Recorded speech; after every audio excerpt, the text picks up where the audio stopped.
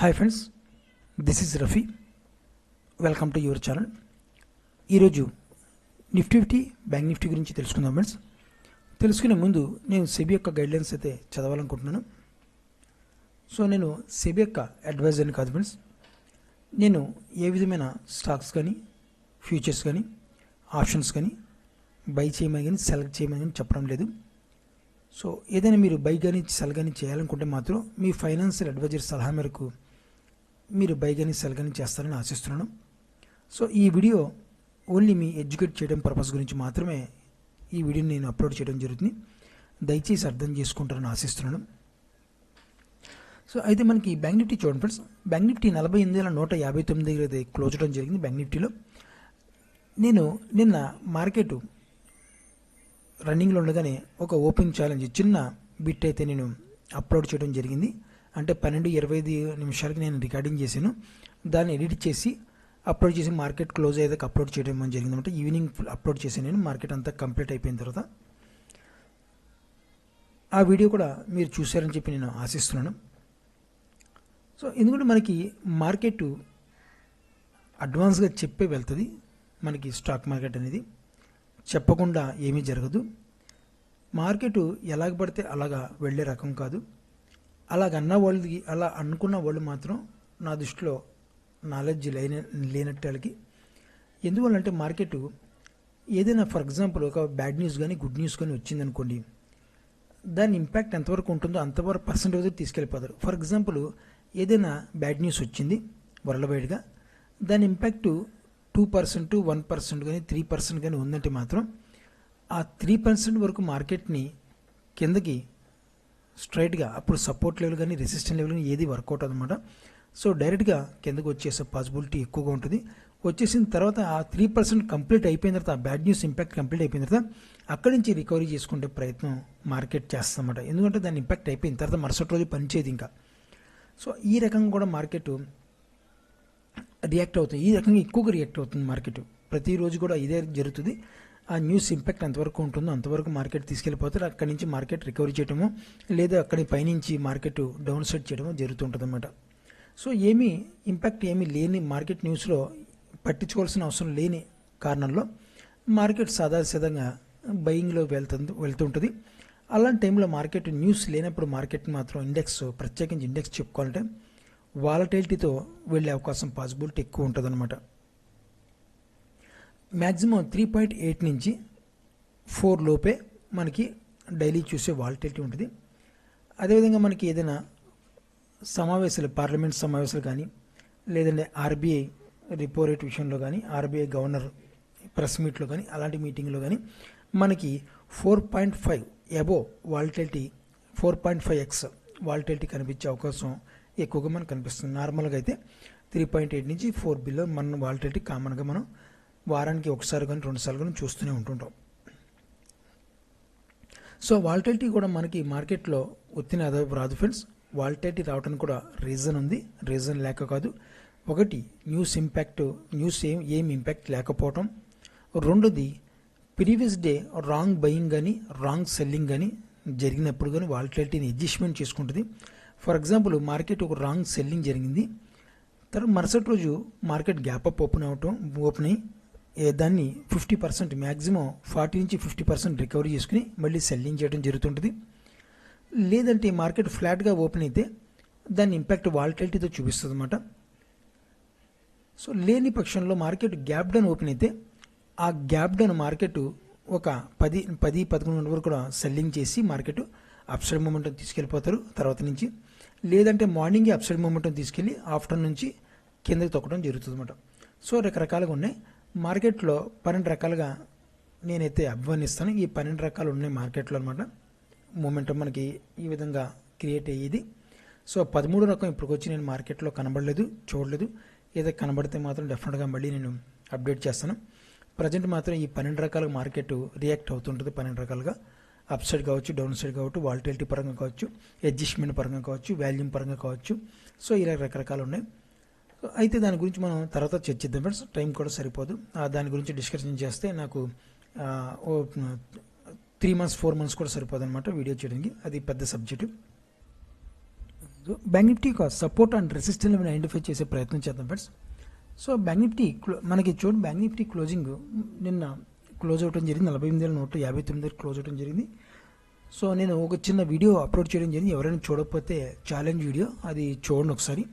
So market చూడండి, మనకి ఒక సపోర్ట్ లెవెల్ అయితే ఉంది ఫ్రెండ్స్. మనకి బ్యాంక్ నిఫ్టీలో 47,450 నుంచి 47,500 వరకు అయితే ఒక సపోర్ట్ లెవెల్ ఉంది. ఆ లెవెల్ మాత్రం విత్ వాల్యూమ్ ప్రకారం బ్రేక్ చేయకూడదు. ఇప్పుడున్న సిచ్యువేషన్లో ఇప్పుడున్న ఇచ్చిన వాల్యూమ్లో ప్రకారం మనం చూసుకుంటే మాత్రం కింద ఇక్కడ చూడండి, వాల్యూమ్ అంటే ఇక్కడ కింద ఉన్నాయి కదా మీకు కనిపిస్తూ ఉంటాయి. ఈ వాల్యూమ్ను మనకి చూసుకుంటే మాత్రం ఆ వాల్యూమ్ ప్రకారం మనకు ఐడెంటిఫై చేస్తే 48,500 దగ్గర మాత్రం ఒక హై వాల్యూమ్తో బ్రేక్ చేయకూడదు. మార్కెట్ ఇప్పుడున్న సిచ్యువేషన్లో బ్రేక్ చేయకూడదు. రెండోది పాయింట్ అంటే బ్రేక్ చేసి హోల్డ్ అవ్వకూడదు. ఒక రోజు హోల్డ్ అయితే మాత్రం అక్కడ వచ్చిన వాల్యూమ్ ప్రకారం నేను డిసైడ్ అవుతుంది మార్కెట్ మళ్ళీ డౌన్ సైడ్కి వెళ్ళే అవకాశం ఉందా, లేదా సైడ్ జోన్లోకి వెళ్ళే పాసిబిలిటీ ఉందా, లేదా మార్కెట్ రాంగ్ సెల్లింగ్ జరిగిందా, లేదా పర్ఫెక్ట్ సెల్లింగ్ జరిగిందా, అప్పుడు ఐడెంటిఫై చేసుకుని మార్కెట్ నేను మళ్ళీ డౌన్ ట్రెండ్ ఎక్కడి వరకు పాసిబిలిటీ ఉంటుంది సపోర్ట్ లెవెల్ అక్కడ వరకు నేను సపోర్ట్ ఇవ్వటం జరుగుతుంది అన్నమాట. సో అయితే మనకి రెసిస్టెన్స్ జోన్ చూసుకుంటే మాత్రం ఒక రెసిస్టెన్స్ జోన్ 48,600 దగ్గర ఒక రెసిస్టెన్స్ జోన్ ఉంది. ఆల్ టైమ్ హై మన మార్కెట్ ఆల్ టైమ్ హై ఉందా 48,600 నుంచి 48,700, 600 కూడా కాదు 48,700 అనుకోండి. 48,700 అది ఒక చిన్న రెసిస్టెన్స్ జోన్ ఉంది. ఆ రెసిస్టెన్స్ జోన్ని మార్కెట్ ఒక బ్రేక్ చేయాలి. తర్వాత మనకి 49,000 దగ్గర ఒక రెసిస్టెన్స్ జోన్ ఉంది ఫ్రెండ్స్. 49,000 దగ్గర ఇక్కడ ఒక రెసిస్టెన్స్ జోన్ ఉంది. ఈ జోన్ కూడా మనకి ఒక వాల్యూమ్ ప్రకారం బ్రేక్ చేయక్కర్లేదు. ఎందుకంటే వాల్యూమ్ ప్రకారం బ్రేక్ చేయక్కర్లేదు అంటే ఆల్ టైమ్ హైలో కానీ ఆల్ టైమ్ లోలో మార్కెట్ ప్రత్యేకంగా ఇండెక్స్ ఉన్నప్పుడు మార్కెట్ విత్ లో వాల్యూమ్ ప్రకారమే అది క్రియేట్ అవుతుంటుంది. ఎక్కువ శాతం 99% లో వాల్యూమ్ ప్రకారమే క్రియేట్ అవుతుంది. అది రోజులు గడిచే కొద్ది కూడాను డే బై డే వెళ్ళే కొద్ది కూడాను వాల్యూమ్ మెల్లమెల్లగా జనరేట్ చేసుకుంటూ ఉంటుంది అనమాట. ఎప్పుడో ఒక పర్సన్ రేరు గుడ్ న్యూస్ కానీ బాగా భయంకరం బ్యాడ్ న్యూస్ వస్తే హై వాల్యూమ్తో బ్రేక్అవుట్ కిందకి రావడం కానీ హై వాల్యూమ్తో పైకి వెళ్తాం కానీ జరుగుతుంటుంది అనమాట. ఒక హై వాల్యూమ్తో వెళ్ళినా సరే ఒక 2 days 3 days మార్కెట్ ఉండి అక్కడి నుంచి ఎడ్జి మళ్ళీ కిందకి డౌన్ఫాల్ తీసుకొచ్చేస్తారు కామన్గా. అదేవిధంగా మార్కెట్కి డౌన్ఫాల్ వెళ్ళినా సరే 2-3 రోజులు డౌన్ఫాల్ అయినా తర్వాత 4 రోజులు ఈ వారం కాకపోతే నెక్స్ట్ వారం అయినా సరే మార్కెట్ అప్సైడ్ మూమెంట్ తీసుకెళ్తారు అనమాట. సో మనకి ఈ 49,000 దగ్గర అయితే ఒక రెసిస్టెన్స్ జోన్ ఇది బ్రేక్ చేయాల్సి వస్తుంది. ఇది విత్ వాల్యూమ్ ప్రకారం అవసరం లేదు, లో వాల్యూమ్ ప్రకారం ఇది బ్రేక్ చేసిన పర్లేదు. నాకు బ్రేక్ చేస్తే మాత్రం ఇమీడియట్గా నాకు 50,000 మార్కెట్ మళ్ళీ ఆల్ టైమ్ హైని మార్కెట్ అంటే 50,000 రౌండ్ ఫిగర్ కాబట్టి 50,000ని బ్యాంక్ నిఫ్టీ టచ్ అయ్యే పాసిబిలిటీ ఉంది. నేను గతంలో కూడా చెప్పాను, అంటే డిసెంబర్ లాస్ట్ వీక్ నుంచి కూడా మీకు చెప్పుకుంటూ వస్తున్నాను మార్కెట్ 50,000 మార్కెట్ని టచ్ అయ్యే పాసిబిలిటీ ఎక్కువగా ఉంది ఇండెక్స్లో కూడా మీకు చెప్పడం జరుగుతుంది. అడ్వాన్స్గా మీకు చెప్తున్నాను, సో దృష్టిలో పెట్టుకోండి. సో మార్కెట్లో ఒక ఇంట్రాడే బేసిక్లో మనం చూసుకుంటే support and resistance level identify చేద్దాం ఫ్రెండ్స్. ఇంట్రాడే బేసిక్లో కూడా సో చూడండి, మనకు సపోర్ట్ లెవెల్ చెప్పడం జరిగింది. ఈ లెవెల్ని సపోర్ట్ చేసుకుంటే మార్కెట్ ఒక అప్సైడ్ మూమెంట్ వెళ్ళిందనమాట. సో మనకి రెసిస్టెన్స్ జోన్ ఆల్రెడీ ఈ లెవెల్ దగ్గర ఈ బ్లూ కలర్ అయితే ఉంది, ఈ రెసిస్టెన్స్ జోన్ ఉంది. ఈ లెవెల్ అది కూడా రెండోది ఒక చిన్న రెసిస్టెన్స్ జోన్ ఫ్రెండ్స్. ఇక్కడ ఆల్రెడీ మీకు చెప్పడం జరిగింది. ఈ రెసిస్టెన్స్ జోన్ కూడా చిన్నదనమాట. సో ఇది గ్యాప్ అప్ ఓపెన్ అయితే ఈ గ్యాప్ అప్ ద్వారా కూడా ఇది బ్రేక్ చేసుకుంటుంది. ఇది కానీ మీకు చూపించాలని చూపిస్తున్నాను, ఇంత పెద్ద పర్టికులర్ ఇంపార్టెంట్ కాదు.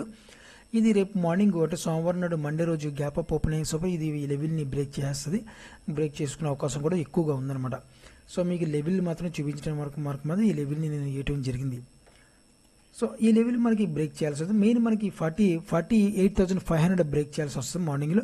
రేపు మండే మార్నింగ్ 48,500 బ్రేక్ చేస్తే మాత్రం మనకి ఈ లెవెల్ 49,000 దగ్గర అయితే ఒక 48,700 దగ్గర రెసిస్టెన్స్ జోన్ పెట్టుకుని ఫస్ట్ టార్గెట్ పెట్టుకుంటాను. 48,700 బ్రేక్ చేస్తే మాత్రం 49,000 దగ్గర సెకండ్ టార్గెట్ కూడా ఇంట్రాడే బేసిక్లో ఒకవేళ మూమెంట్ వస్తే మాత్రం ఇంట్రాడే బేసిక్లో పెట్టుకుంటాను. లేదు రేపు మార్నింగ్ వాలటిలిటీ ఉండే అవకాశం ఉందని చెప్పి అనుకుంటున్నాను నేను వాల్యూమ్ ప్రకారం. అంతే అది అంటే ఒకసారి మార్కెట్ ఏమవుతుందంటే మన ఈరోజు వాల్యూమ్ కానీ ఆప్షన్ చైన్ అనాలిసిస్ కానీ ఈరోజు ఒకలాగా ఉంటే రేపు ప్రీ ఓపెన్ మార్కెట్లో మొత్తం చేంజ్ అయిపోద్ది. ఆప్షన్ చైన్లో మొత్తం ప్రీ ఓపెన్ మార్కెట్లో మొత్తం చేంజ్ అయిపోయే కోసం చాలాసార్లు చూసాను, చాలాసార్లు జరుగుతుంది కూడా. అదేవిధంగా ఈరోజు స్ట్రాంగ్ బయింగ్ వచ్చిందని వాల్యూమ్ మనకి రేపు ఆ వాల్యూమ్ని బ్రేక్ చేసే అవకాశం కూడా లేకపోలేదు. అలా కూడా జరిగే అవకాశం కూడా ఉంది మార్కెట్. అంటే రేర్గా జరుగుతుంది ఎప్పుడో ఒకసారి. అది కూడా మనం దృష్టిలో పెట్టుకోవాలి. ఎందుకంటే మార్కెట్లో 100% అయితే ఏది ఉండదు. మార్కెట్లో మనకి ఏదైనా జరగవచ్చు మార్కెట్లో. ఇప్పుడు బాగున్న స్టాకు రేపు చెడు అయిపోవచ్చు. ఈ రోజు చెడ్డగా ఉన్న స్టాకు రేపు మంచి మల్టీ బ్యాగర్ అయిపోయే అవకాశం ఉంది. ఏదైనా జరగచ్చు మార్కెట్లో. సో మార్కెట్లో అన్ని రకాలుగా మనం ఆలోచించుకొని దిగాల, 4 వైపులు నలుదిక్కులుగా ఆలోచించుకొని మార్కెట్లో. అంతే తప్ప కానీ మార్కెట్ సెల్లింగ్ జరుగుతున్నప్పుడు బై చేయటం, లేదా బయింగ్ వెళ్తున్నప్పుడు సెల్ చేయటం ఇలాంటివి మనం మానుకోవాల్సి వస్తుంది. ఎందుకంటే మనకి మార్కెట్ పెరిగింది కదా ఇంకా పడిపోద్దని చెప్పి అక్కడ అక్కడి నుంచి రెసిస్టెన్స్ లెవెల్ దగ్గర ఒక్కోసారి రెసిస్టెన్స్ లెవెల్ కూడా దొరకదని కాదు, కానీ అక్కడి నుంచి పర్టికులర్ వాల్యూమ్ రావాలి. మనకి పర్టికులర్ వాల్యూమ్ జనరేట్ అయితేనే మనం మార్కెట్ మళ్ళీ డౌన్ఫాల్ అయ్యే అవకాశం ఉంది. అంతే తప్ప కానీ మార్కెట్ డైరెక్ట్గా మనకి ఆ రెసిస్టెన్స్ జోన్ దగ్గరికి వెళ్ళి మళ్ళీ సడన్గా కింద రావడం, మళ్ళీ కిందకు వచ్చి మళ్ళీ పైకి వెళ్ళిపోతుంటుంది మార్కెట్. సో అలా కూడా జరిగే అవకాశాలు ఉన్నాయి మనకు. అందుకనే నాలుగు వైపులు ఆలోచించుకుని మార్కెట్లో బై కానీ సెల్ కానీ చేసుకోవాలా. సో ఇది మాత్రం దృష్టిలో పెట్టుకోండి.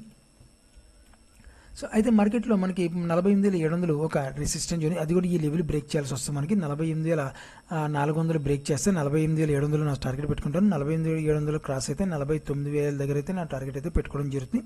అది కూడా రేపు మూమెంట్ వస్తే మాత్రం సోమవారం నాడు, లేదంటే మంగళవారంకి నేను పొడిగించుకుంటాను టార్గెట్. ఓకేనా. సో అదేవిధంగా డౌన్ ట్రెండ్గా వచ్చే మాత్రం మనకి ఈ 2 సపోర్ట్ లెవెల్ ఉన్నాయి ఫ్రెండ్స్. ఈ లెవెల్ దగ్గర చూడండి 47,500 దగ్గర అయితే ఒక సపోర్ట్ లెవెల్, 2 సపోర్ట్ లెవెల్ ఉన్నాయి మనకి. ఈ బ్లూ కలర్ సపోర్ట్ లెవెల్ ఉంది, ఈ రెడ్ కలర్ సపోర్ట్ లెవెల్ ఉంది. ఈ లెవెల్ని మనకి ఒక హై వాల్యూమ్తో బ్రేక్ చేయాల్సి వస్తుంది. ఎందుకంటే ఇక్కడ వచ్చిన వాల్యూమ్ని కంపేరింగ్ చేసుకుంటే మాత్రం ఈ లెవెల్ని హై వాల్యూమ్తో బ్రేక్ చేసి హోల్డ్ అయితే మాత్రం మార్కెట్లో సైడ్ జోన్కి వెళ్ళే పాసిబిలిటీ ఉండే అవకాశం ఉందన్నమాట. సో ఈ రకంగా అయితే నా టార్గెట్లు అయితే ఉన్నాయి ఫ్రెండ్స్ సోమవారం నాడుకి. సో బ్యాంక్ నిఫ్టీ యొక్క అనాలిసిస్ అయితే నేను ఈ రకంగా అయితే విత్ వాల్యూమ్ ప్రకారం వచ్చిందని బట్టి నేనైతే చెప్పడం జరిగింది మీకు. సో ఇప్పుడు నిఫ్టీ ఒకసారి చూద్దాం ఫ్రెండ్స్. నిఫ్టీ చూద్దాం ఫ్రెండ్స్. నిఫ్టీ 21,710 దగ్గర అయితే క్లోజ్ అవడం జరిగింది నిఫ్టీ. సో నిఫ్టీ ఒక support and resistance levels already మీకు నేను గతంలో కూడా చెప్పుకుంటూ వస్తున్నాను. సో మనకి ఈ లెవెల్ సపోర్ట్ చేసుకుంటుంది. అదేవిధంగా ఇంతకుముందు ఉన్న రెసిస్టెన్స్ లెవెల్ని ఇప్పుడు సపోర్ట్గా మారి మార్కెట్ ఒక అప్సైడ్ మూమెంట్ వెళ్ళిందనమాట. ఈ లెవెల్ని బ్రేక్ చేయకూడదు విత్ వాల్యూమ్ ప్రకారం.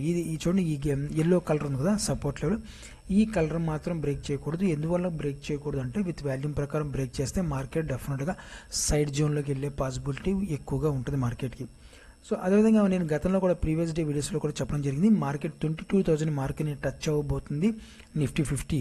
రానున్న రోజుల్లో కూడా నేను డిసెంబర్ నుంచి చెప్తూనే వస్తున్నాను, అడ్వాన్స్గా చెప్తూనే వస్తున్నాను. మార్కెట్ ఆ దిశలో వెళ్ళే పాసిబిలిటీ ఎక్కువగా ఉందని చెప్పి నేను ఎక్స్పెక్ట్ చేస్తున్నాను. అయితే నిఫ్టీకి 21,800 దగ్గర ఒక రెసిస్టెన్స్ జోన్ ఉంది. స్ట్రాంగ్ అని నేను చెప్పను రెసిస్టెన్స్ జోన్, కానీ ఇంటర్డే బేసిక్లో మాత్రం కొద్ది ఇది తీయడానికి 21,800 తీయడానికి మాత్రం స్ట్రగుల్ చేయాల్సి వస్తుంది మార్కెట్. సో స్ట్రగుల్ చేసే మార్కెట్ ఇది తీయాలి తప్ప డైరెక్ట్గా తీయడానికి పాసిబిలిటీ తక్కువగా ఉందన్నమాట.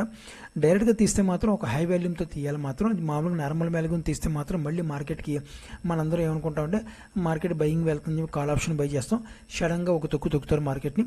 మన స్టాప్ లాస్ హిట్ అవడం, లేదా స్టాప్ లాస్ పెట్టలేమో 2,000 రూపాయలు మా లాస్ అనుకున్నాం, 4,000, 5,000, 6,000 కూడా అయిపోతుంది అనమాట. అది ఒకవేళ ఆ స్పైక్ మూమెంట్ వచ్చినప్పుడు జిరోదా లాంటి బ్రోకరేజ్ కంపెనీలు అయితే మాత్రం స్టాప్ లాస్ కూడా హిట్ అవ్వదు అనమాట.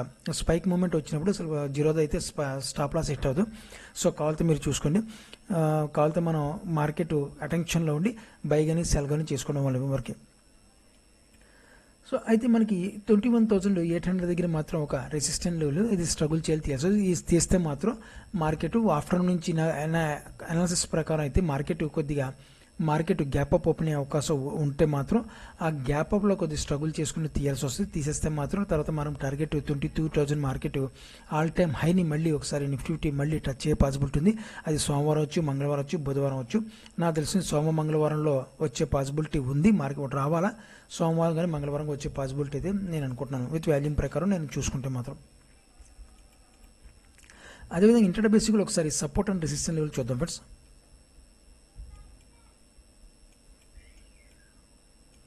సో ఒకవేళ మార్కెట్ ఒకవేళ ఫ్లాట్గా ఓపెన్ అయితే వెయిట్ అండ్ వాచ్ చేస్తాను ఫ్రెండ్స్. ఎందుకంటే మార్కెట్ ఏ విషయంలో వెళ్తుందో చూసుకుని దాన్ని బట్టి, ఎందుకంటే కింద సపోర్ట్ లెవెల్ ఉంది మార్కెట్కి ఉండి మెల్లగా ఉన్నటివి మనకు మార్కెట్ సపోర్ట్ చేసుకుంటుందా, లేదంటే మనం ట్రాప్ చేసి మళ్ళీ అక్కడి నుంచి కొద్ది సెల్లింగ్ ప్రెజర్ తీసుకొచ్చి మళ్ళీ ఒక పాసిబిలిటీ ఉందా కూడా చూసుకోవాలి మనం. సో ఆ రకంగా చూసుకుంటే మాత్రం మనం చూసుకోవాల్సి వస్తుంది మార్కెట్లో, లేదంటే మాత్రం మనకి లాసే వస్తుంది గ్యారంటీగా. మనం పడుతుంది అనుకుంటాం, మార్కెట్ సడన్గా బయింగ్ వెళ్ళిపోతుంటుంది, మళ్ళీ పెరుగుతూ ఉంటుంది అనుకుంటాం, మార్కెట్ మళ్ళీ సడన్గా కిందకి రావడం జరుగుతుంటుంది మరి. అది వాల్యూమ్ సరిగ్గా లేనప్పుడు అడ్జస్ట్మెంట్ చేసుకుంటుంది మార్కెట్లో. అలాంటి టైంలో కొత్త వాళ్ళు మాత్రం ఎంటర్ ఎప్పుడు అవుతారంటే ఆల్ టైమ్ హైలో మార్కెట్ ఉన్నప్పుడు వాళ్ళు ఎక్కువగా ఎంటర్ అవుతుంటారు, లేదంటే ఆల్ టైమ్ లోలో మార్కెట్ ఉన్నప్పుడు వాళ్ళు ఎంటర్ అవుతుంటారు, మధ్యలో అంతా వదిలేసుకుంటారు అనమాట. సో లేదంటే ఒక 500, 1000, 2000 ప్రాఫిట్ తీసుకుని ఇంకా ప్రాఫిట్ వస్తుందని చెప్పి ఎక్కువగా చేసి మళ్ళీ ట్రేడ్ చేసి ఆ 2000 కూడా పోగొట్టుకుని మళ్ళీ ఉన్న క్యాపిటల్లో కూడా కొద్ది గొప్ప పోగొట్టుకుంటుంటారు. సో చాలామంది ఉన్నారన్నమాట. వీళ్ళకి కొత్త అర్థం చేసుకుని మార్కెట్ని అర్థం చేసుకుని ట్రేడ్ చేయండి దయచేసి. మీరు మాత్రం డబ్బులు సంపాదించుకున్న డబ్బులు మాత్రం దీంట్లో పోగొట్టుకోవద్దు. మీరు సంపాదించిన డబ్బులు చాలా వాల్యుబుల్ నేను అనుకుంటాను. మీకు అంతగా ఆప్షన్లో ప్లే చేయడం రాకపోతే మాత్రం మీరు స్టాక్స్లో ప్లే చేసుకోండి, స్టాక్స్లో అర్థం అవ్వండి. ఎందుకంటే మార్కెట్లో చూడండి, ఇండెక్స్లో మార్కెట్లో మూమెంట్ ఉన్నప్పుడు ఏ ఇండికేటర్ అయినా పనిచేస్తాయి. మీకు ట్రేడింగ్ వ్యూలో మాత్రం దగ్గర నాకు తెలుసుండి 872 ఇండికేటర్స్ ఉన్నాయి. ఈ 872 ఇండికేటర్స్ కూడా ఏదైనా సరే వర్కౌట్ అవుతుంది ట్రెండింగ్ మార్కెట్లో ఉన్నప్పుడు, ట్రెండింగ్ మార్కెట్ అప్ సైడ్ కానీ డౌన్ సైడ్ కానీ ఉన్నప్పుడు. కానీ వాలటిలిటీ మార్కెట్లో ఏ ఇండికేటర్ ఉపయోగపడుతుంది, మీకు ఏ ఇండికేటర్ పనిచేయదు నేను ఛాలెంజ్ చేసి చెప్తున్నాను. కాకపోతే నేను ప్రూవ్ కూడా చేస్తాను. ఎందుకంటే వాలటిలిటీ మార్కెట్లో మాత్రం అక్కడ వాల్యూమ్దే మనం డిసైడ్ చేస్తాం తప్ప, కానీ ఈ ఇండికేటర్ బై చేసి మీరు కావాలితే మీరు చూసుకోండి, ఇండికేటర్ పెట్టి బై చేస్తే విత్ ఇన్ సెకండ్లోనే మళ్ళీ సెల్లింగ్ వస్తుంది. మళ్ళీ సెల్లింగ్ సిగ్నల్ అయితే మీరు పొజిషన్ ఎగ్జిట్ చేసి మళ్ళీ సెల్ చేస్తారు, మళ్ళీ సడన్గా మళ్ళీ బయింగ్ వెళ్తుంది. బయింగ్ వెళ్తే మళ్ళీ మీరు స్క్వేర్ ఆఫ్ చేసి మళ్ళీ బయింగ్ చేస్తుంటారు. అలాగే ఆ బ్రోకర్కి మనం పెంచుతూ ఉంటాం కాబట్టి మనం బ్రోకర్ బాగుపడతారు కానీ మనం బాగుపడమన్నమాట. సో వాలటిలిటీ మార్కెట్లో కంపల్సరీగా వాల్యూమ్ని మనం డిసైడ్ చేస్తాం. వాల్యూమ్ డిసైడ్ చేస్తేనే కదా క్యాండిల్ వచ్చేది. వాల్యూమ్ రాని క్యాండిల్ ఎక్కడి నుంచి వస్తుంది? సో అది వాల్యూమ్ని అర్థం చేసుకుని రానున్న రోజుల్లో మనం సబ్స్క్రైబ్ పెరిగితే మాత్రం వాల్యూమ్ ఏ రకంగా వస్తుంది, ఏ విధంగా వస్తుందో అన్నీ మనం మెల్లమెల్లగా నేర్చుకుందాం. సో అదేవిధంగా మార్కెట్ ఒకవేళ గ్యాప్ డౌన్ ఓపెన్ అయితే మాత్రం నేను డెఫినెట్గా బయ్యే చేస్తాను ఫ్రెండ్స్. గ్యాప్ డౌన్ ఓపెన్ అయితే అదే గ్యాప్ అప్ ఓపెన్ అయితే ఎంతవరకు గ్యాప్ అప్ ఓపెన్ అయిందా, మన లెవెల్ దగ్గర గ్యాప్ అప్ ఓపెన్ అయిందా, లేదా దీనిపైన గ్యాప్ అప్ ఓపెన్ అయిందా చూసి సెల్ చేయడానికి ట్రై చేస్తాను గ్యాప్ అప్ ఓపెన్ అయితే. సో గ్యాప్ అప్ ఓపెన్ అయితే సెల్ చేసి 20 రూపీస్ 30 రూపీస్ ప్రాఫిట్ వస్తుంది. ఆ ప్రాఫిట్ని బుక్ చేసుకుని మళ్ళీ అక్కడి నుంచి కాల్ ఆప్షన్ కూడా బై చేయడం జరుగుతుంది అన్నమాట. సో నిఫ్టీలో చూడండి, నిఫ్టీలో మనకి ఇంకో సపోర్ట్ లెవెల్ నేను చెప్పాలని కూడా మర్చిపోయాను. సో కాకపోతే నిఫ్టీలో చూడండి, ఇక్కడ ఒక సపోర్ట్ లెవెల్ ఉంది ఫ్రెండ్స్ మనకి. సో 21,500 దగ్గర అయితే మార్కెట్లో ఒక సపోర్ట్ లెవెల్ అనమాట. సో నిఫ్టీలో 21,500 ఒక సపోర్ట్ లెవెల్, ఆ తర్వాత 21,800 రెసిస్టెన్స్ జోన్ ఉంది మార్కెట్. సో ఇది బ్రేక్ చేస్తే మాత్రం డెఫినెట్గా 21,000 బ్రేక్ చేయాలి. మార్నింగ్ సెషన్లో చేస్తే మాత్రం ఒక మూమెంట్ వెళ్ళే పాసిబిలిటీ, అది కూడా వాల్యూమ్ ప్రకారం బ్రేక్ చేస్తే అప్సైడ్ మూమెంట్ వెళ్ళే పాసిబిలిటీ ఉంది అని చెప్పి నేను ఎక్స్పెక్ట్ చేస్తున్నాను. సో ఈ రకంగా అయితే నాకు నిఫ్టీలో నా యొక్క వ్యూ అయితే ఈ రకంగా ఉంది ఫ్రెండ్స్. మీరు కూడా ఆప్షన్లో ట్రేడ్ చేసే వాళ్ళు ఉంటే జాగ్రత్తగా ట్రేడ్ చేస్తానని ఆశిస్తున్నాను. నా వీడియో వాచ్ చేసినందుకు thank you friends, thank you very much.